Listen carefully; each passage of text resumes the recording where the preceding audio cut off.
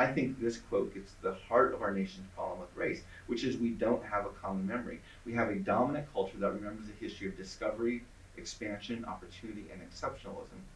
And we have peoples of color that have the lived history of stolen lands, broken treaties, slavery, Jim Crow laws, boarding schools, ethnic cleansing, internment camps, mass incarceration, and there's no common memory. So one of the things that we need to do as a nation, if we want to move forward, if we want to find a way to have a better community here on Turtle Island, is we have to find a way to create this common memory.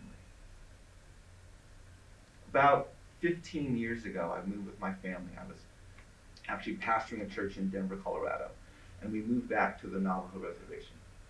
And we moved into this very remote section of our reservation. We lived with a family that wove rugs and herded sheep. We were 6 miles off the nearest paved road on a dirt road, and there was no running water, no electricity in that community. Now, when we moved there, we completely prepared ourselves to live off the grid. Probably about a fifth of our Navajo people still live that way today. We prepared ourselves to live off the grid, but the thing that completely shocked us when we moved there was I literally felt like we dropped off the face of the earth. I learned within a few months that primarily the only non-natives who ever go to Indian reservations are those who come to give you charity, are those who come to take your picture. No one comes for the sake of building a relationship.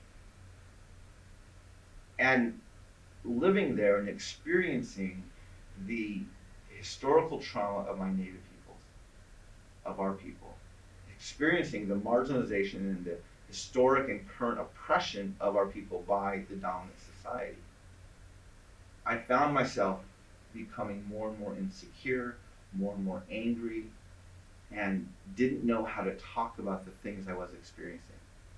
I tried to talk with some of my non-native friends about it, and every conversation we had, I could feel myself getting angrier and angrier and angrier and angrier. So either I would have to hang up the phone, because again, they weren't coming to me, you have to talk on the phone, or I'd have to just start yelling at them. So after a while, I learned how to temper myself, disconnect emotionally, and I could stay in the dialogue longer. But then the longer I stayed in the dialogue, the more I saw that their defense mechanisms went up. That wasn't my family that did that, those weren't our people who stole your land, and soon they would drop out of the conversation. And I didn't know how to move this conversation forward. So one day I was writing a letter to some friends of mine, trying to, for like the 10th time, to get them to understand what I was feeling. And I said to them, I said, being Native American, being Navajo, and living here on our reservation, it feels to me like our native communities are this old grandmother who has a very large and a very beautiful house. And years ago, some people came into our house and they locked us upstairs in the bedroom. Today, our house is full of people. They're sitting on our furniture, they're eating our food, they're having a party inside our house. They've since come upstairs and they've unlocked the door to our bedroom, but it's much later and we're tired, we're old, we're weak, and we're sick. So we can't or we don't come out. But the thing that hurts us the most, the thing that causes us the most pain, is that virtually nobody from this party ever comes upstairs, seeks out the grandmother in the bedroom, sits down next to her on the bed, takes her hand, and simply says, thank you.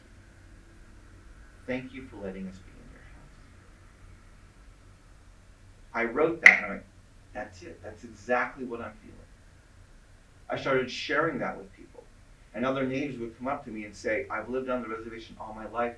I've never been able to articulate how it feels, and you hit the nail on the head.